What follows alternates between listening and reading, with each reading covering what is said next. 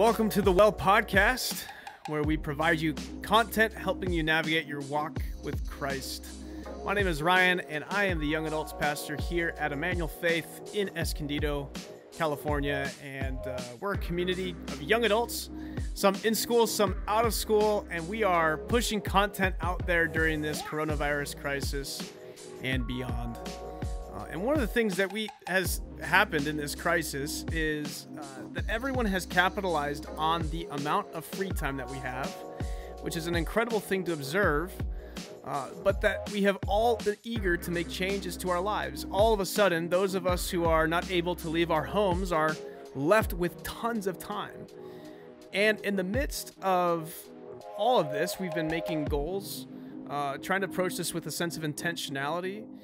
We've seen the rise of home gyms and personal resolutions and a variety of different efforts to try to make the most of our time here. But ultimately, we also have avoided perhaps the emotional fallout from all of this.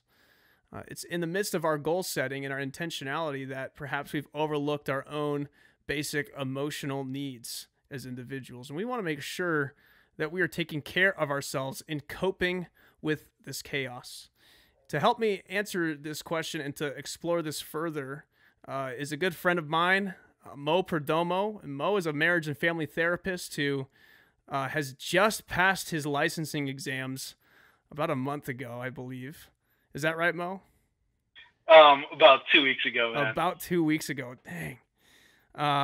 So all I have to say, man, congratulations. And thanks for having us on the podcast. Or thanks for being with us on the podcast. Thanks, Ryan. Thanks for having me here. Really appreciate it, man. You and I, Mo, were having a conversation on the phone, I think last week, about everything that's gone down. And one of the things that you observed is that a lot of churches have had this message of, hey, let's have faith over fear. Let's tackle this. Let's go for it. And not to say that those messages are bad, but if they're the only thing that we're saying, there's something wrong with that. I think I agree with you. Part of this is making sure that we're looking at the whole person, that we are looking not just the spiritual needs, but the physical and the emotional needs, and how a time filled with fear and trauma, how people are going to overcome these fears. Pastors have the privilege to care for people on a large scale. So it's important for them to be mindful of the influences they have on congregants. Me being a therapist, I see people who are part of the church, mental health, difficult marriages. These are common stressors that are constant. But the coronavirus sudden and new issue now takes precedence over these issues that are always there. And now people who are not grounded relationally or spiritually, they're just told to have faith. This can have compound some deep issues that they're already having. What is going to happen here biologically is they're going to experience fight or flight. So they hear the sermon, but they don't have the practical tools to put what they hear into practice. So personally, it takes me a lot of work myself, because I battle with anxiety and depression. But when anxiety and depression take over, I become irrational. When someone tells me to have faith over fear, I will react irrationally. I go fight, flight. So I have to be extremely self-aware to say, I know that God loves me and everything is going to be okay. Even though I'm feeling anxious or depressed, I have to do this constantly. And I'm a therapist. So my clients, and also believers or non-believers alike, come to me and say, Mo, try to fix me. They look at me for answers because they want practical ways to function. Wow. And I think pastors need to work with mental health practitioners to integrate holistic care for congregants. Working slowly from a spiritual standpoint doesn't answer or address the whole person. We aren't doing justice to the flock if we're only looking at it from one perspective. Wow. There are a ton of questions that I want to ask you in light of that. I think the main thing, just for the sake of our conversation here, I just want us to be able to have, for myself and all of our listeners, to be able to have a clear idea of what we're talking about here. I just want to simply ask you, what does it look like to cope? We kind of throw that word around, but in your field, in your training, what does it actually mean to cope? So coping looks different to everyone. As a therapist, I look at how someone coped, especially as a child, when something big happened. See, when were their parents around, were they supported? I think we use our past experiences to cope with things that are happening right now. So I think that that's the beauty of humanity, of God creating us in a unique way as unique beings. Everyone's experiences these things differently, so we cannot assume that there's one right way to cope with things. So my theory of choice is attachment theory. This theory looks at the quality of our relationship with our parents and the support we receive from our families, which is an indicator of how we're going to manage distress throughout our lives as adults or as young adults. We go through life wanting to attach to someone, maybe a couple of people, and our attachment styles will show up, even to God. You could have a secure attachment, and this produces people who are going to feel trusting of the world, loved by others, and they will feel safe knowing that they can overcome distressful situations. This kind of attachment is pretty rare, honestly. I don't think I've ever personally known someone with a complete secure attachment. More common is insecure attachments. This is the majority of us, which can show up as withdrawing from a situation, minimizing or denying situations, or the inability to manage emotions in the situation. This really carries over to how we even attach to God. How do we perceive God? Do we see him as a loving, trustworthy father? If everyone is able to have faith over fear, then there would be no need for a pastor to preach about it. It's a hot topic because so many of us are still lacking the ability to feel secure at all. So true. So then, given that in order for people to healthily cope, you said we rely on previous experiences. Lacking that, if someone lacks those set of experiences or a healthy guide in those previous experiences, what do people need? Okay.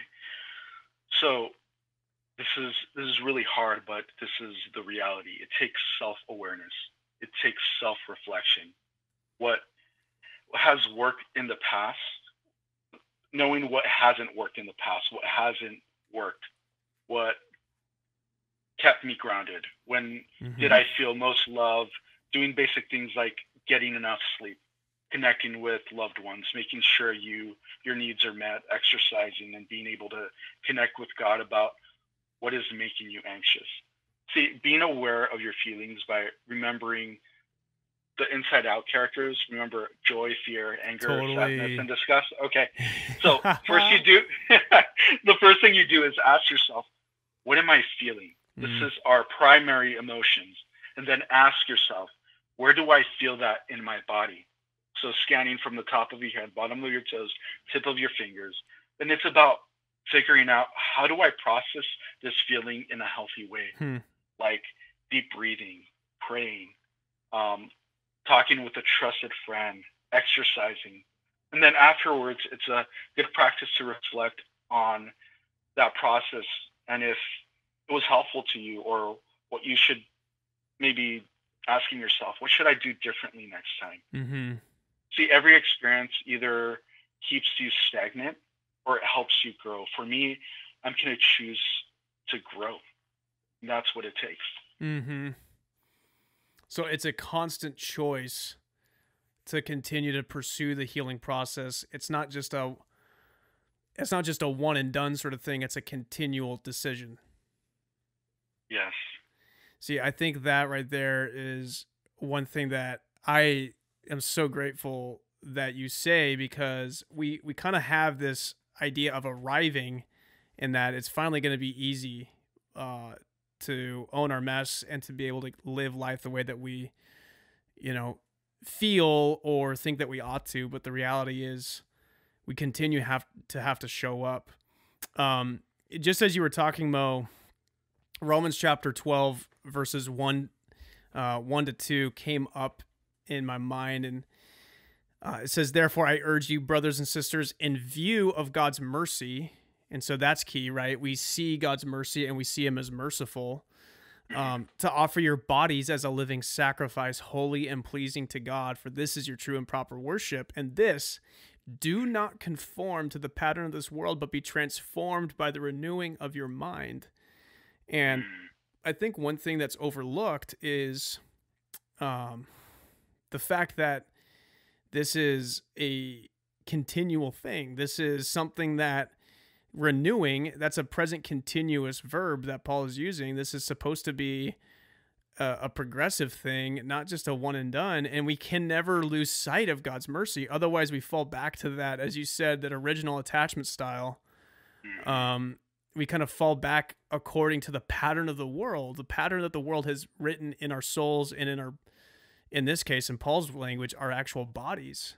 And you were giving voice to that. And so when you think about all of this, it's a lot to take in, but when we consider this, how can we take advantage of this time so that we're set up to take better care of ourselves emotionally today, as well as after this lockdown? Yeah, I think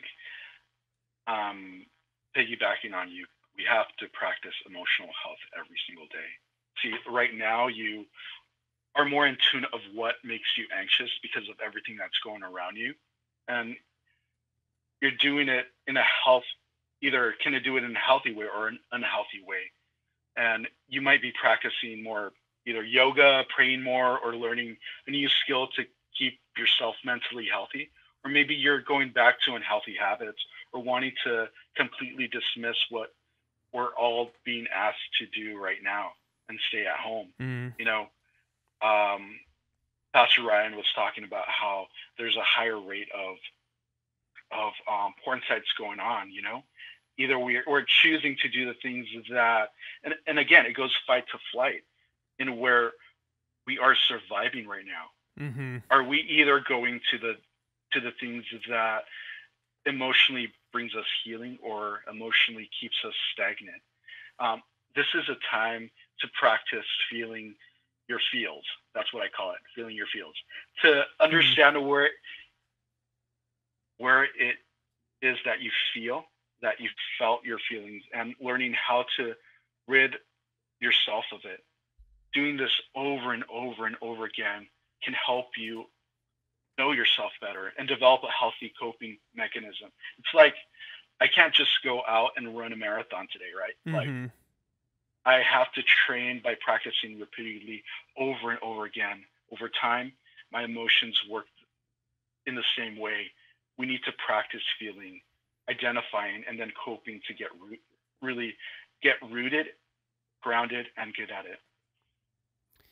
That's so, man, it's amazing how impatient we are when it comes to anything emotional, right? It's like not only do we not provide enough time, I mean, as you're talking about it, and we've had previous many conversations, and it's like, you know, those conversations have been, quite frankly, life-changing for me personally, but it's still amazing to me how much little time I really still afford myself to truly check in and take care and self-assess. And now, you know, we have plenty of time, at least the majority of us do. And so let's take this as an opportunity, as you said, to practice taking care. And what part of what that requires is us just to understand how we're feeling. Just to maybe you mentioned earlier that you kind of deal with some of the practicals. Pastors are up on the stages and they're giving, these messages of the kind of God that we have and whatnot. And, but they're not dealing with specifics. They're dealing with general things by and large. What are some practices people can do? What are some maybe practicals that they can do throughout their day, when they wake up, when they go to bed? Maybe if they can catch themselves before they react emotionally. Right. What are some practical things people can do to practice what you're talking about? Okay, part of this is the idea of grounding. With anxiety, let's say you have anxiety, so there's a lot of adrenaline going on. There's chemicals that are going on. And with that, what it's going to do is going to shut your brain down and you're going to go to fight and flight. So what you really need to do is take a deep breath, breathe in really slowly and breathe out. And then what I do is I center myself. I just look at my heart and I just breathe in and breathe out for a couple minutes really slowly. And then I think of, so this is what I do. I think of a memory that I felt loved, cared for, safe, trusting, loved. Because what memories do is that I'm integrating dopamine. I'm integrating things that make me happy, that ground me back to that level that I need to be. So this is biological. And what I need to do is I need to be on the left side of my brain, which is the rational, the logical. And that's where long-term memories are at. So what I start doing is I remember something in my past and where I try to, where I felt loved and cared for. Because what I'm integrating now is those chemicals that I had back then. And I'm basically putting them back in my system in order to ground myself. So as I'm breathing, I think of those times in where I felt love, the idea of my child being born, the idea of my first kiss, the idea of holding hands with my girlfriend, whatever it was that made me feel love, the idea of my father cheering for me as I hit the bat and got a single, So things like that is something practical that we could do. It's holistic. And again, it's like, God, I thank you for those memories, that time that you made me feel loved being here in this world. So on top of that is having gratitude and appreciation of what God has done in my life. When you, in the midst of this conversation, it occurs to me that for the majority of us, I mean, you see a lot of different clients, but for the majority of us, I think, if I were to speak for myself, I think the number one thing I'm coming across is boredom. And I don't know if you have anything to say about that, if, there's something about boredom that we can either, redeem as kind of, I think one of the main things you're saying, but if there's something about America's boredom that is telling maybe of some of these deeper issues. Yeah. So again, this goes back to the idea of self-awareness and self-reflection. And can I share with you a scripture that I had that yes, I've been meditating these past couple of weeks, and I think it talks about this idea of boredom. So how can I be wise in managing my own anxiety, my own time during this time of uncertainty? Well, the passage that I have been meditating on is Ecclesiastes 3, which says there is time for everything and a season for every activity under the heavens. So, and for me right now, we are being told to stay home and really to take care of yourselves and others. So I personally feel that I have to honor that. And maybe for me, for some people, that means, oh man, I'm home, I'm bored. But I read through these verses, through verse 2 through 8, and apply them to myself. And I'm going to show you how much time you're going to need in order to not be bored. Right now, I am choosing my time to be spent uprooting in God's promises, to heal in isolation and through being alone, to build my relationships and have inner healing, to laugh, to dance, time to embrace those that I can physically embrace, like my daughter, my wife, that Mm. I have every single day in my home, and embrace those that I miss through virtual chats, through calls, through text, and searching um, to deeply know myself, know God. Come on, that right there takes like that's a whole lifetime of time spent, right? Searching to deeply know yourself and know God, Amen. and then time spent in silence and meditation, and to love and to develop peace within yourself in this world. I'm telling you, like we can spend so much time just on those verses 2 to 3, Hmm. Ecclesiastes 3, 2 to 3. We can spend the rest of our lives just focusing on that. And if you're bored, man, I don't know, where you're really at. But Hmm. for me, it's just made meditating on these verses to help me develop a plan of action of mind, body, and spirit. I have made this time of self-reflection, self-awareness of my needs, and creating a plan on how God's will um, for the care of others, of myself, um, looks like.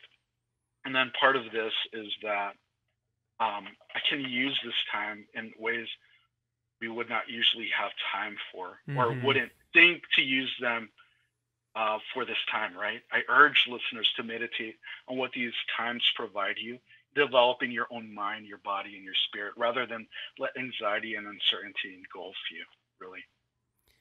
That is such a good word, Mo. And so many things come to mind as you mention all of that. I mean, one of the things that I think we're all becoming aware of is, and this is not new, but just how dopamine addicted we are as a society, Yeah. that we need constant stimulation and attention. I mean, you mentioned earlier on the podcast, this episode, that our senior pastor, Ryan Paulson, mentioned in his sermon uh, this past week that uh, porn sites have seen an 11% increase in the past week.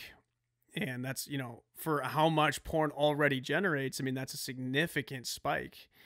Yeah. Uh, and it for me personally, I think in my journey, I the dopamine that I was constantly on, the dopamine high that I was constantly on, whether through entertainment or pornography or any other sort of stimulation at parties, Yeah.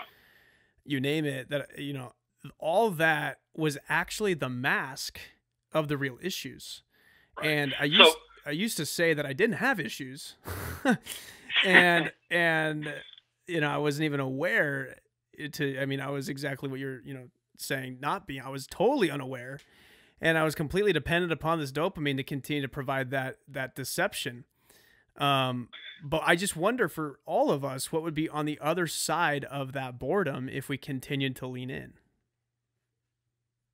yeah, so you were talking about dopamine. So what it really is, what happens is that when you behave in a way that is basically self-destructive, what you're really seeking is adrenaline. And what happens with adrenaline, it it um it peaks you up, and then what happens is that it drops you down. It gives you actually cortisol, not dopamine.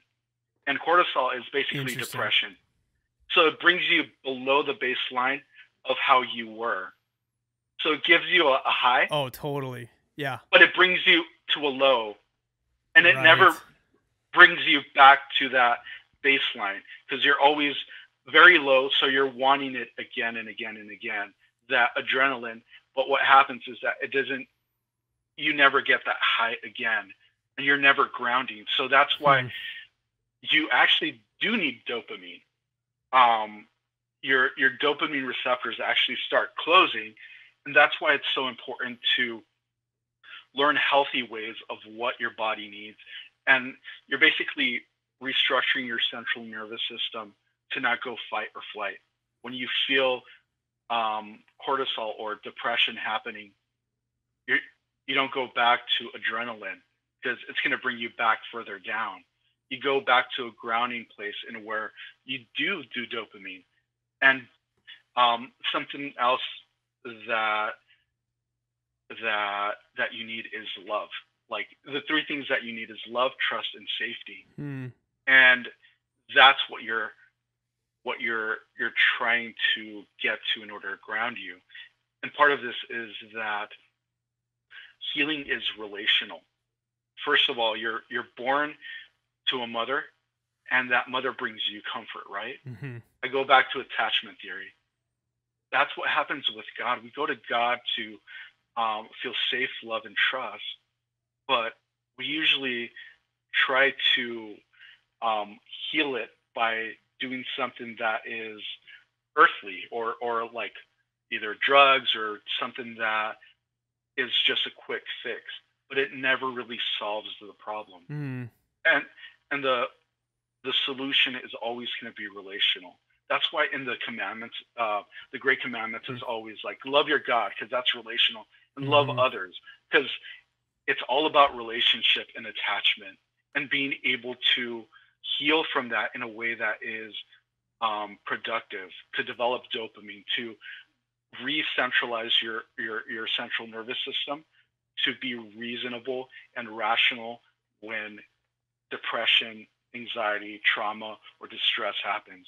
Because that's what happens in this world. Being in this world is distressful, but we're not meant to be in that state of being. God calls us to be reasonable, to have wisdom, to rely on him, to be relational with others. That's why we need each other, and we can't be alone.